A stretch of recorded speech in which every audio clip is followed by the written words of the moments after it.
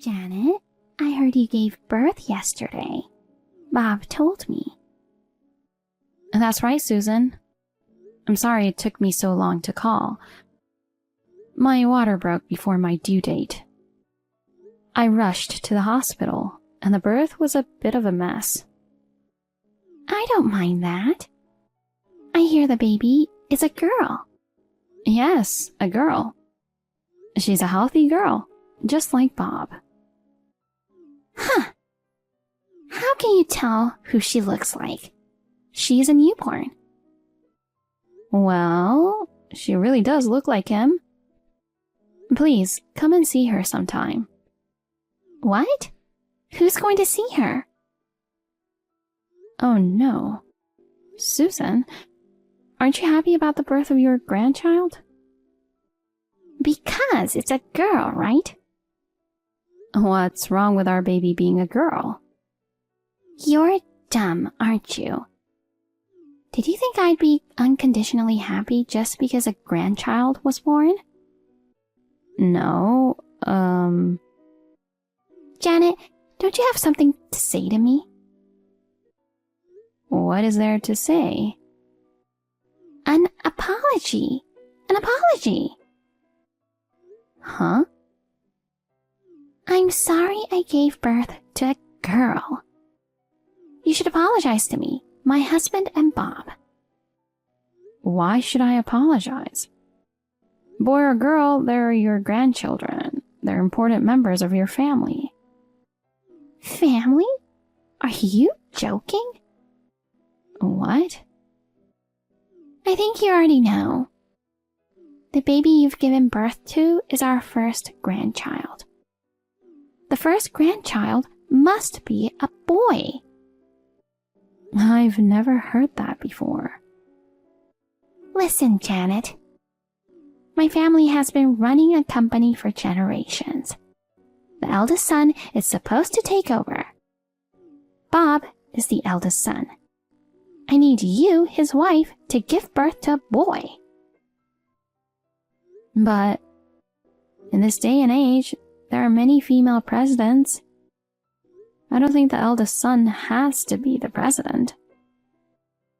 Are you challenging your mother-in-law? I'm not trying to. Let me tell you clearly. You're an unfit wife if you can only give birth to a girl.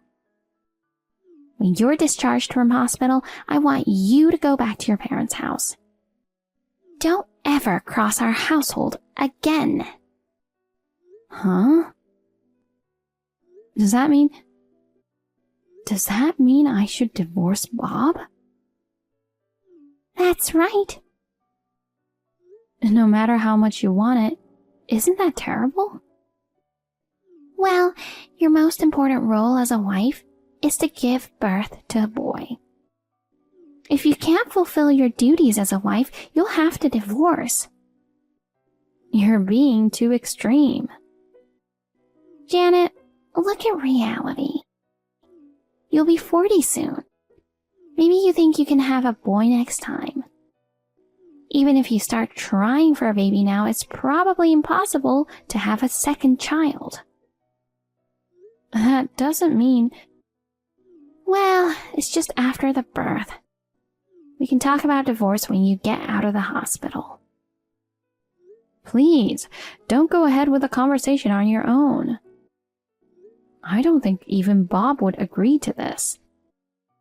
He said he doesn't mind whether it's a boy or a girl, as long as they're born safe. How can that be Bob's true feelings? He's a kind boy. He was just trying to be nice. I'm sure he really wanted a boy. He must be deeply disappointed that it was a girl who was born. No, Bob isn't like that. You don't know anything about Bob, do you? Huh? Bob has loved football since he was a kid. When he becomes a father, he dreams of playing football with his children. He once told me about it. I see. But girls can play football too. right? Don't come at me all the time. You really aren't very nice at all, are you? Huh? Actually, I've been looking for his next wife, anticipating this. What? The truth is, I was against you getting married to Bob. I wanted a younger, honest, and lovely wife for him. Bob married a woman 5 years older than him. Even so, since Bob insisted on marrying you, I allowed it. After all, an older wife is no good. She won't listen to her mother-in-law, and it's hard to get pregnant. And when she finally had a baby, it was a girl. I'm going to get rid of a cocky, useless wife like you. I'm going to find a girl who's younger than Bob and still capable of having children. That's something you decided on your own, isn't it? Well, I haven't told Bob yet. I'm sure he'll be happy. Bob would prefer a younger wife, of course. I don't think so. Oh, God. It's so annoying how you argue with me every time. Anyway, we don't want a wife in our family who can only give birth to a girl. You should know your place and let Bob go. I'm sorry. Can I be excused now? Huh? Talking to you is stressing me out and it's making my milk supply worse. Oh, God. That's a terrible thing to say. I can't believe you treat your mother-in-law like she's a bad person. That's why he shouldn't have married an older woman. I knew I had to get you and Bob to divorce right now.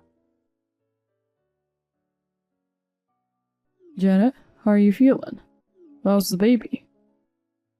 I'm heading to the hospital as soon as I finish work today.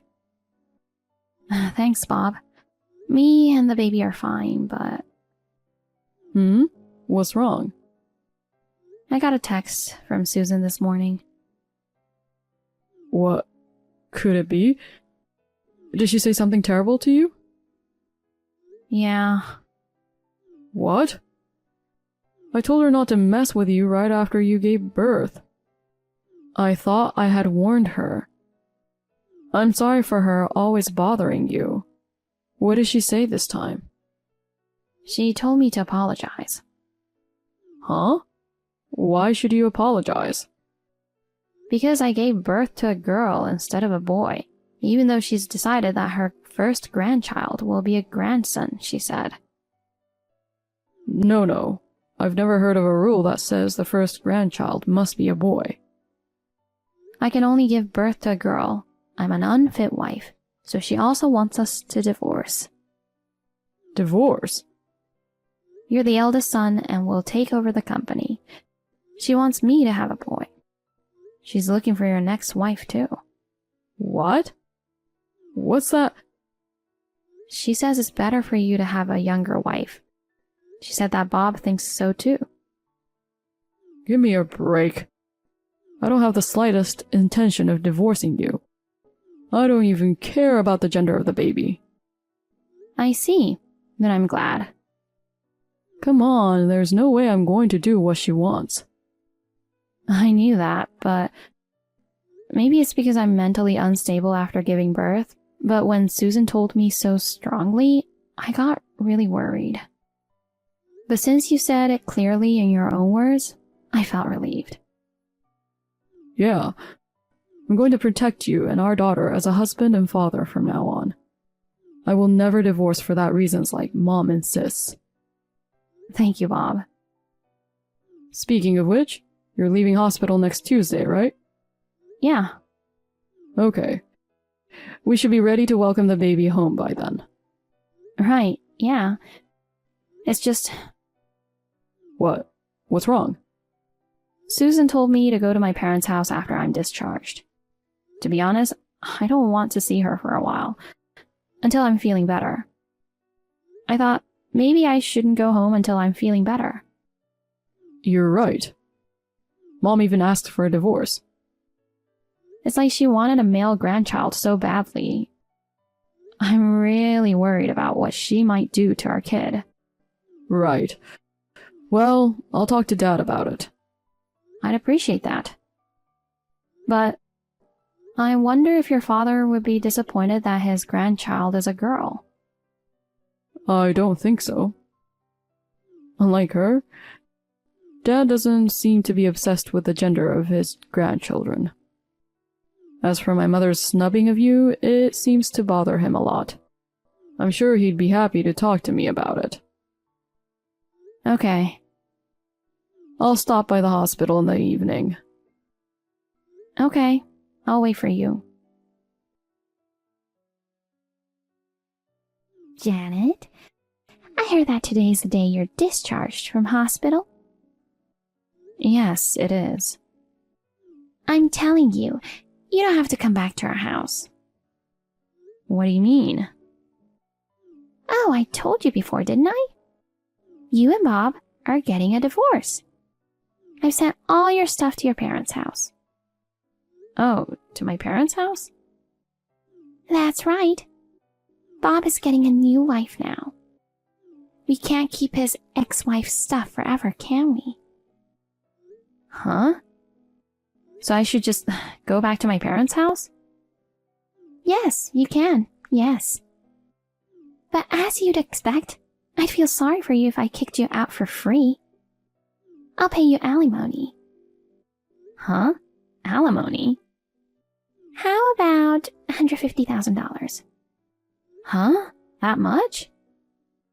In exchange, promise me you'll never come near Bob again. Well, maybe it's too high. But if we can have a clean breakup with his useless wife for $150,000, it's a small price to pay. Does your husband know about the alimony? I haven't told him yet, but I'm sure he'd say he doesn't want a daughter-in-law who can only give birth to girls. I'll give you $150,000 in alimony, then divorce my son as soon as possible. I'm glad. Thank you very much. What? You've helped me a lot. Huh? Are you so happy to get compensation? No, I can't receive money like $150,000. Then what's so helpful? That you packed my bags. I thought it'd be hard to organize things with a newborn. Thank you for your kindness. Janet, do you understand? Understand what? You're happy to go to your parents? Of course. You know, you're divorcing Bob. You'll have to raise the kid by yourself from now on. It's not something you should be happy about. Oh, about that? I heard that Bob wants to talk to you. Oh, Bob? Yes, he's going to call you now. Wait a minute. Isn't Bob at work? Well then, excuse me. Janet, wait. Just as I predicted. I thought you'd text me on the day Janet left the hospital. Hey, Bob. Where are you now? You're supposed to be at work. Don't tell me you're at the hospital with Janet. That's right. I took a day off today and came to pick up Janet. Huh? Why do you have to pick up Janet? You guys are getting divorced soon. I know. Then why are you... You're not a couple anymore. Why don't you let your parents pick up Janet? You know what, Mom? Who decided that the first grandchild in our family has to be a boy? What? I've never heard of a rule that the eldest son takes over the company. Was it in the work regulations? That's...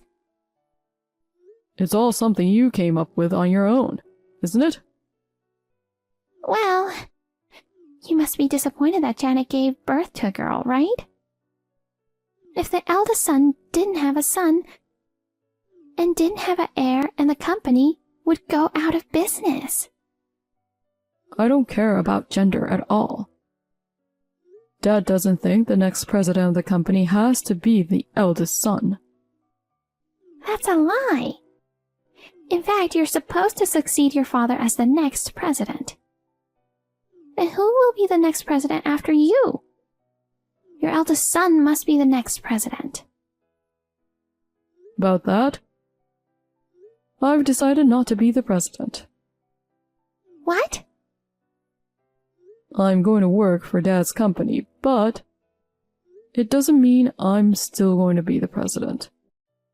He's never been a big fan of hereditary either. I won't allow such a thing. It's not a question of whether you'll allow it or not. It's just a coincidence that the eldest sons have taken over the company. Dad himself doesn't think that the next president has to be the eldest son. He said he thinks a woman is fine, as long as she's capable. No. It's impossible for a woman to be the president. That's exactly what would destroy the company. That's your prejudice. Times are different now. You know, this is a medical thing, but the gender of the baby is determined by the father. Really? So it's wrong to blame Janet for having a girl. The idea that it's okay to have a boy and not okay to have a girl is in itself an anachronism. It's extremely old-fashioned. Bob, you said earlier that you won't become president. Are you planning to quit your father's company? I'm quitting. Your father won't allow you to do that. I've already told Dad. What? Don't worry. I've already found a new job. Where are you going to work? A company owned by one of Janet's relatives. Huh? Janet's relative? Yeah. Janet's uncle is the president. One of his employees had just left, and they were short-staffed. He approached me. Wait a minute. You're divorcing Janet, aren't you? That's crazy. I can't believe you're working for your ex-wife's relative's company. I've decided to remarry Janet. What? What are you talking about? I'm getting a divorce, just like you said. Let me remarry and do what I want. But you're going to marry your ex-wife again? Why would you do something so pointless? I've decided to remarry and take Janet's surname. What? I really didn't want to get divorced, but to change my surname is unavoidable, isn't it? Well, would it be just a divorce and a remarriage on paper? Don't be silly. You're the eldest son in our family. That's why I decided to change my surname. Huh? As long as I keep my family surname, you'll never get out of the outdated way of thinking, will you? You probably won't stop picking on my wife until you die. So I should just change my surname and leave. Maybe that'll wake you up. Oh no, that's not good. Your new wife is coming to our house soon. You know what? That's just another thing you decided on your own, isn't it? Our neighbors are talking about you. You've been talking to every young woman you can find, asking them to marry me. But we're a famous family that's run a company for generations. If I asked them to marry you, of course everyone would be happy. Everyone is annoyed. What? Yesterday, when you were at home, we received a complaint. Your mother is pestering my daughter, she said. I know she's joking, but can't you do something about it? I apologized to her. I'm embarrassed. Please, don't bother everyone again. I see.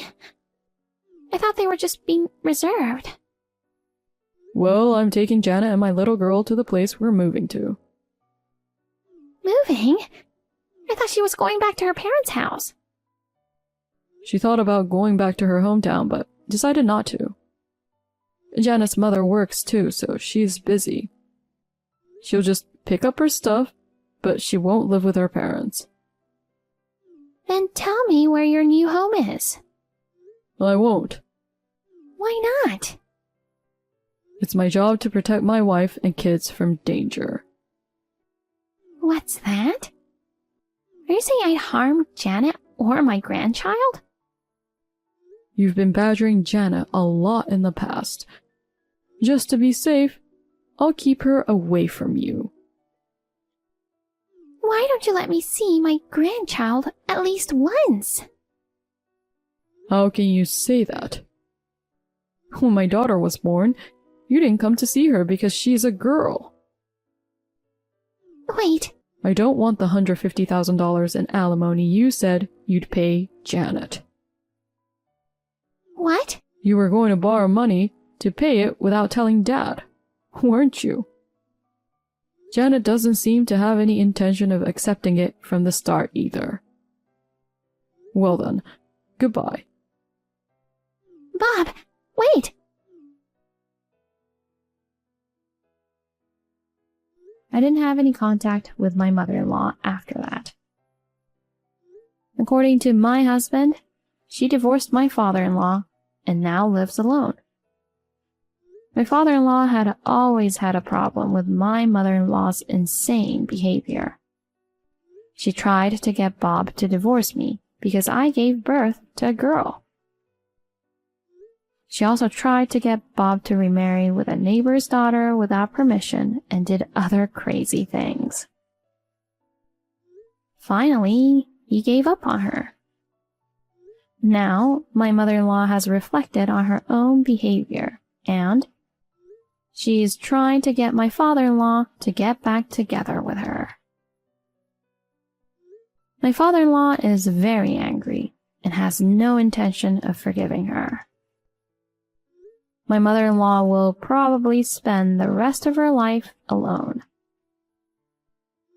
My husband's brother, her second son, has also always avoided her and hasn't seen her in years.